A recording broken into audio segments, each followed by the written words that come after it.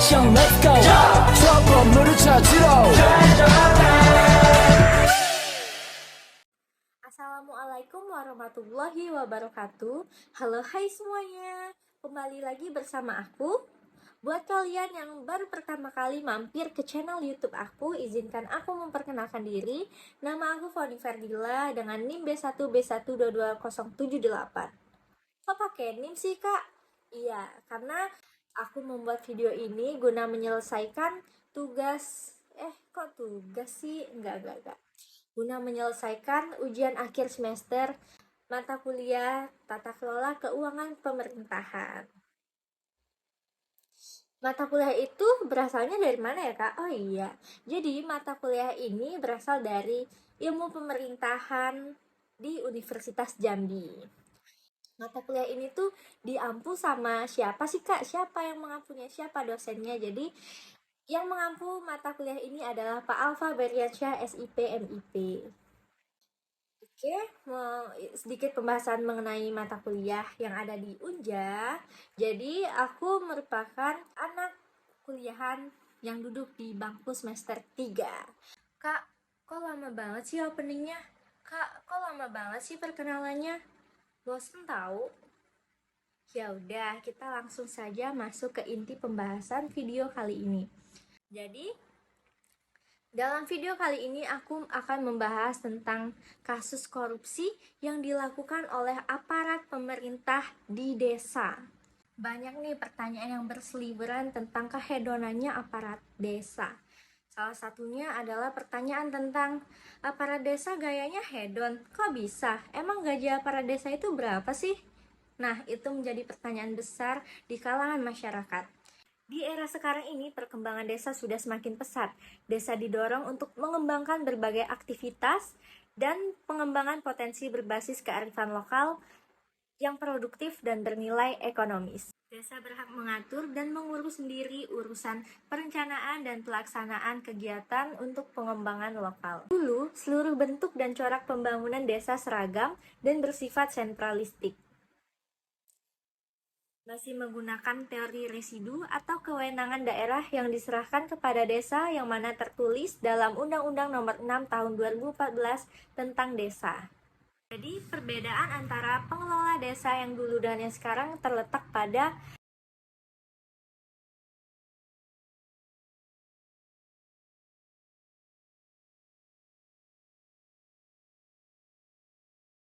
kebebasan mengungkapkan kreativitas. Contohnya pada Desa Pematang Gajah, tempat penelitian yang saya teliti kemarin, di Desa Pematang Gajah ini melakukan perencanaan dan pelaksanaan kegiatan pengembangan lokal yaitu kewirausahaan sayur organik dengan sistem hidroponik. Dengan ini, berarti Desa Pematang Gajah sudah mengimplementasikan semangat transformasi seperti yang tertuang dalam Undang-Undang Nomor 6 Tahun 2014 tentang desa tadi.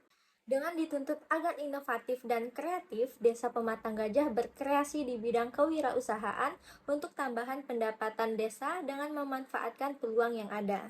Dari tahun ke tahun, dana desa selalu berubah menurut aturan Undang-Undang tahun 2014 tentang kebijakan dana desa, yang mana setiap tahunnya meningkat tergantung dengan kebutuhan desa. Pada tahun 2015, dana desa turun sekitar 20,7 triliun dengan jumlah desa 74.093 desa, yang mana setiap satu desanya mendapatkan 280,9 juta per desa dengan total penyerapan 82,82%. Kemudian pada tahun 2016 ini melonjak sekitar 26 triliun dengan jumlah desa 74.754 desa, yang mana kurang lebih setiap satu desa mendapatkan 643,6 juta per desa dengan total penyerapan 97,65%. Kemudian tahun 2017 juga menaik ya anggaran dana desanya menjadi 60 triliun dengan jumlah desa 74.954 desa, yang mana setiap satu desanya mendapatkan 800,4 juta per desa dengan total penyerapan dengan total penyerapan 98,54%. Kemudian tahun 2018 ini anggaran desanya sama dengan 2017, yaitu 60 triliun dengan jumlah desa 74.958 desa, yang mana kurang lebih satu desa itu mendapatkan sama dengan 2017 tadi 800,4 juta per desa dengan total penyerapan 99,62%. Nah, di gambar di atas tertera pada tahun 2019, 2020, dan 2021 anggaran desa naik. Kenapa naik? Karena di sini ada kasus yang namanya COVID-19. Jadi setiap desa sibuk menangani dan mengurus kasus corona ini. Makanya dana anggaran desa itu meningkat untuk membantu masyarakatnya, yang mana pada tahun 2019 itu naik 10 triliun dari 60 triliun pada tahun 2018 dengan jumlah desa 74.953 desa, dengan kurang lebih setiap satu desa itu mendapatkan 939,9 juta per desa dengan penyerapan 99,54%. Cukup besar ya, dan cukup meningkat. Jadi setiap tahun itu desa itu semakin meningkat, desa semakin meluas dan meningkat jumlahnya. Kemudian pada tahun 2020 dana anggaran desa ini naik 1 triliun dengan jumlah desa 74.954 desa, dengan satu desa mendapatkan 949,78 juta per desa dengan total penyerapan 99,95%. Dan 2021 naik juga 1 triliun, yaitu menjadi 72 triliun dengan jumlah desa 960,5 juta per desa dengan total penyerapan 99,80%. Nah, pada tahun 2022 kan kasus corona itu sudah menurun. Jadi anggaran dana desa yang diberikan juga menurun 4 triliun menjadi 68 triliun pada tahun 2022 ini. Dengan jumlah desa 74.960 desa. Jadi satu desa itu kurang lebih mendapatkan 907,13 juta per desa dengan total penyerapan 99,86%. Kemudian tahun 2023 naik 2 triliun, yaitu menjadi 70 triliun dengan jumlah desa 74.954 desa, dengan kurang lebih satu desa mendapatkan 933,9 juta per desa. Nah, itu kan tadi kenaikan dan penurunan dana anggaran desa yang dilakukan oleh kebijakan dana desa. Kita masuk ke slide selanjutnya, yaitu baliho di kantor desa Pematang Gajah. Di kantor desa Pematang Gajah ini tertera baliho APBDes Desa Pematang Gajah. Dana desa tahun 2023 turun sekitar 1.259.768 juta dengan penambahan jumlah pendapatan dan penghasilan. Jadi pendapatan di Desa Pematang Gajah yaitu 1.888.718.200, yang mana mengalami surplus atau defisit sejumlah 20 juta. Seharusnya pemanfaatan dana desa yaitu menunjang aktivitas ekonomi masyarakat dan meningkatkan kualitas hidup masyarakat desa. Namun, apakah yakin itu sudah dilakukan Desa Pematang Gajah? Karena tidak ada pemberitahuan alokasi dana perginya kemana saja, hanya judul-judulnya saja yang terpampang pada baliho di atas. Tidak ada keterlibatan semua masyarakat dalam musyawarah atau terkait anggaran APBDes, hanya perwakilan RT saja. Namun seringkali masyarakat tidak mendapatkan informasi tersebut, yang berarti kurangnya partisipasi dan transparansi terkait anggaran desa. Yang kami inginkan sebagai masyarakat desa adalah pengumuman secara terang-terangan dan terbuka untuk menghindari kasus korupsi dan fee proyek. Dalam baliho di atas, yaitu baliho yang saya teliti di Desa Pematang Gajah, ada pengeluaran ADD atau alokasi dana desa. Kami sebagai masyarakat yang hanya duduk diam mana tahu menau soal kemana saja dana desa yang dialokasikan kalau data tidak tertera dalam digitalisasi. Karena yang tertera dalam baliho itu hanya highlight atau judul besarnya saja, tidak secara terperinci dijelaskan alokasi dana desa itu perginya kemana saja. Dari web desa yang saya cari, tidak ada yang saya peroleh. Semuanya nol, jumlah penduduknya saja nol, pendapatan nol, kasus nol, semuanya nol, seperti tidak terisi dan tidak berpenghuni. Lalu, apa tujuan website tersebut dibuat jika tidak digunakan? Padahal pemerintah itu sudah memberikan sarana dan prasarana untuk mengelola sebuah desa. Namun kenapa yang sudah dikasih, yang sudah diberi malah tidak digunakan dengan bijak? Padahal jika digunakan dan dijalankan dengan baik dan benar, sebuah teknologi itu bisa membantu masyarakat. Dan itu merupakan salah satu indikator kesejahteraan masyarakat. Setidaknya kalau teknologi dijalankan, maka pelayanan publik akan semakin mudah dan tidak perlu berantri-antrian hanya untuk mengetahui dana dan pengaduan. Soalnya banyak loh masyarakat desa yang datang ke kantor desa itu sempit-sempitan, berantri-antrian, kadang ditolak sama perangkat desanya dengan embel-embel kami sibuk, kami sedang mengurus ini, tidak bisa, mungkin 2 hari lagi kembali ke sini atau seminggu lagi. Itu kan rasanya tidak efektif ya, tidak efisien dengan memakan waktu yang cukup panjang. Nah, kalau kayak gitu ya gimana pelayanan publik mau jalan ya kan? Jadi seharusnya tuh teknologi yang sudah ada itu dimainkan dan dijalankan. Bagaimana desa akan maju ya? Kalau kayak gitu caranya, desa bisa menjadi desa tertinggal. Untuk menunjang aktivitas ekonomi masyarakat itu salah satunya adalah dengan memperbaiki penataan ruang. Contohnya perbaikan jalan. Namun jalan di Desa Pematang Gajah saja tidak semuanya mulus. Bahkan masih ada jalan tanah liat merah itu ya, tahu kan? Jadi kalau ke situ hujan-hujan jalannya belepet-lepet, becek. Terus sedangkan dana desa yang digunakan untuk penataan ruang itu berjumlah 512.101.200 rupiah. Nah itu dengan dana yang segitu tuh apa yang diperbaiki, sedangkan jalannya aja kayak gitu. Dan juga saya itu setiap lewat situ ya, setiap tahun itu jalannya selalu begitu, kayak tidak ada perbaikan jalan. Ya walaupun ada perbaikan jalan itu kayak cuman jalan berapa meter gitu, nggak semuanya. Kalau jalan kayak ke perumahan atau dari lorong ke lorong itu ya masih jalan tanah.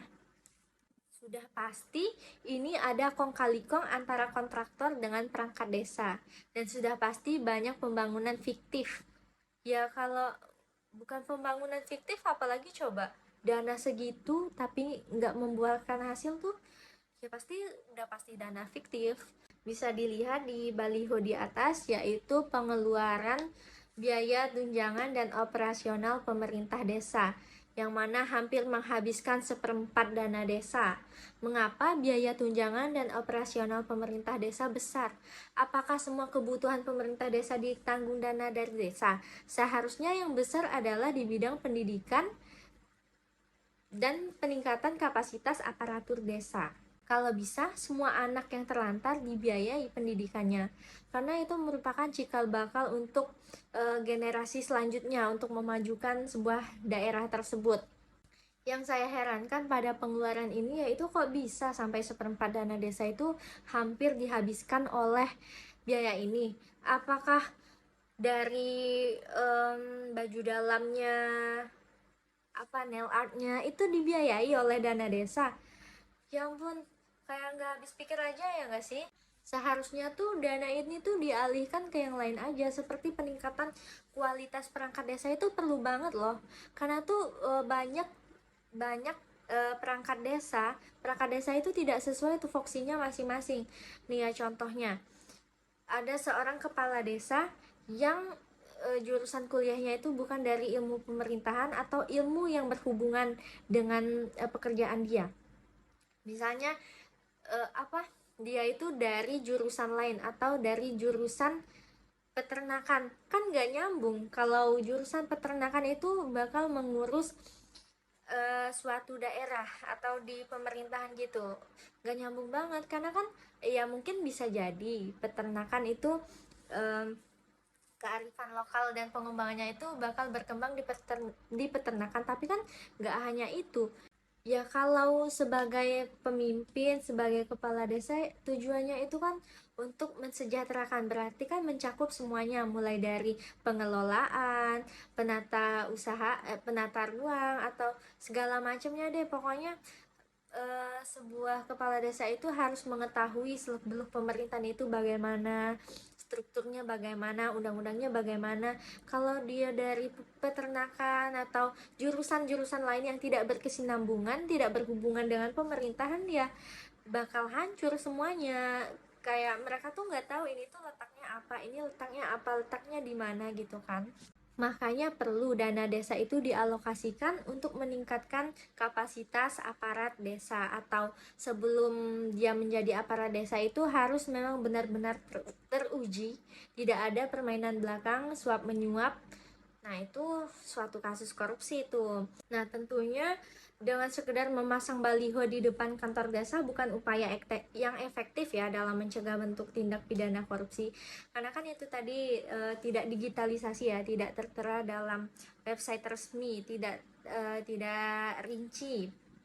Kayak cuman terpampang judul-judulnya saja, dan itu memang sebuah kewajiban suatu desa untuk memajang baliho APBDes-nya tuh. Kalau tidak ya bisa dipidana.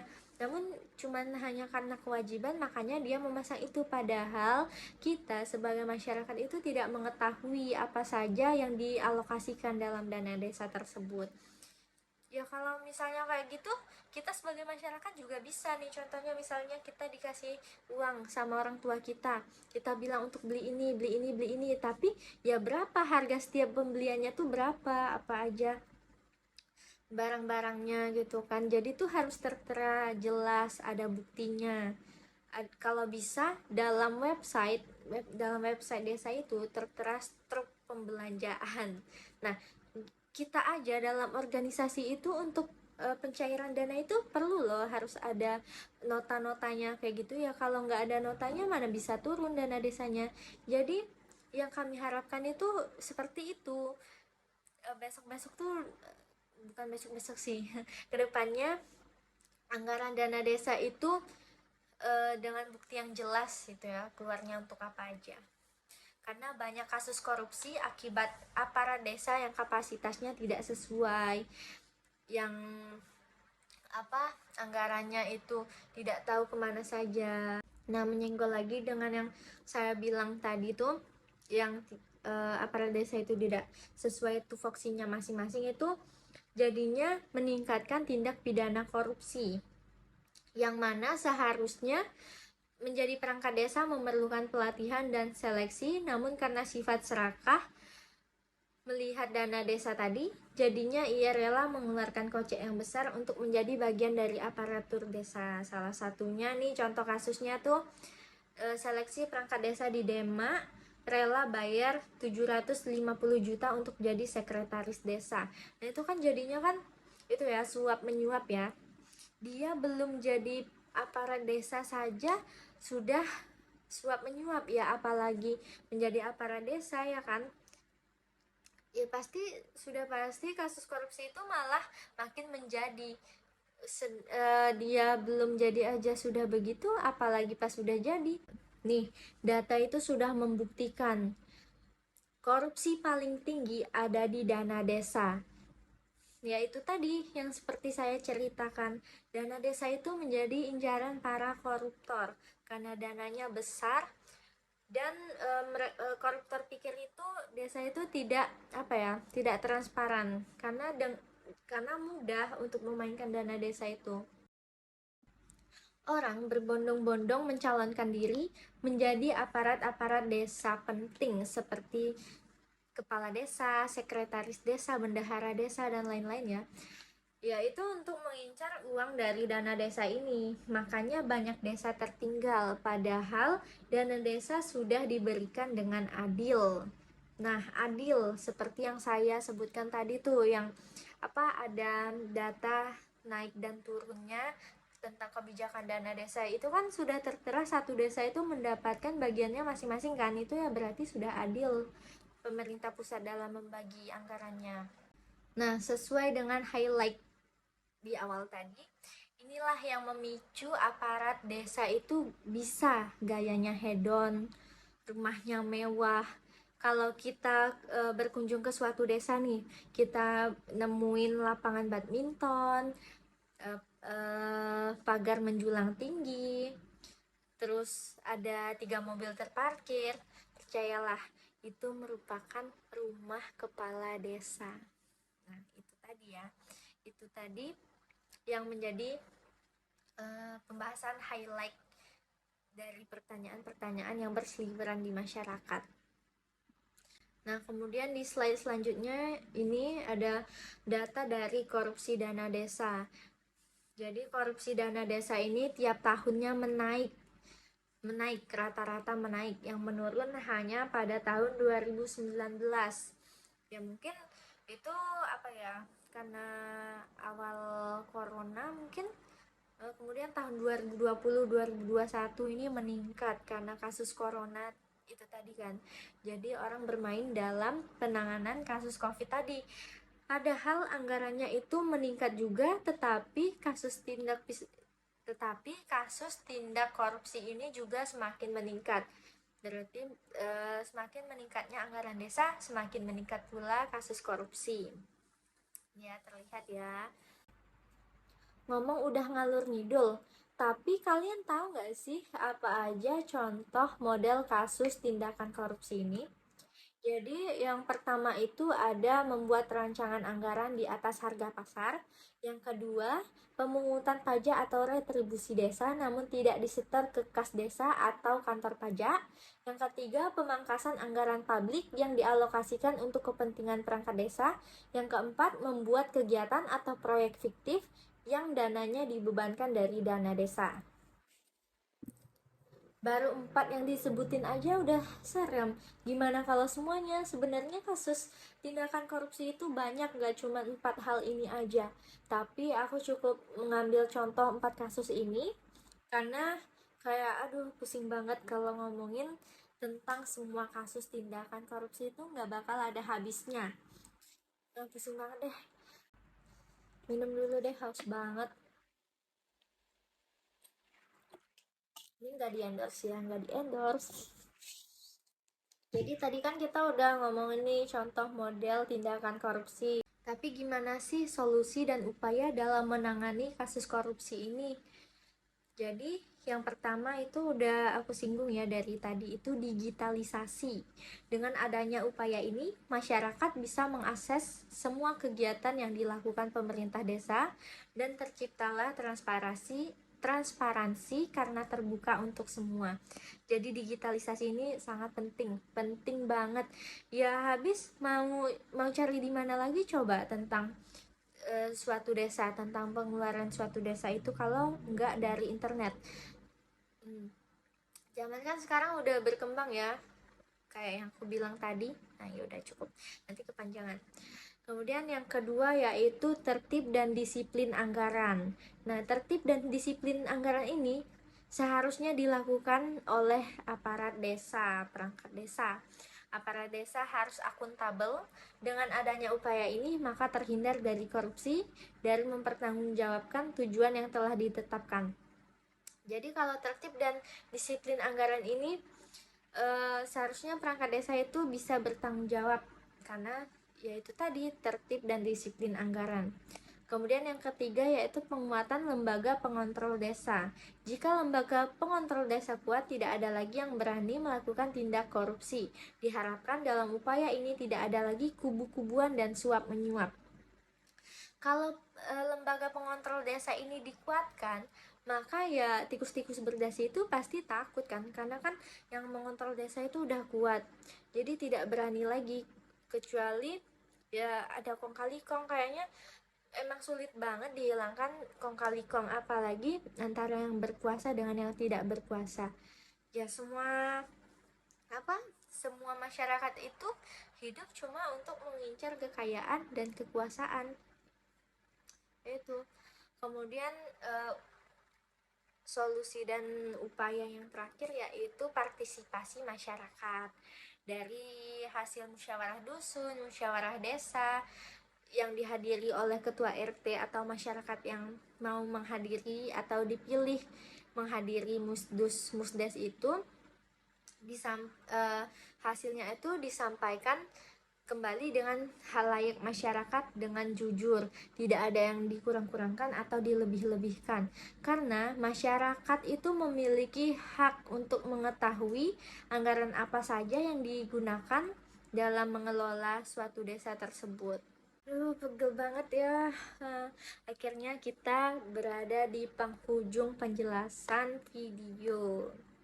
Jadi itu penjelasan dari aku, Foni Fardila. Aku mengambil pengalaman.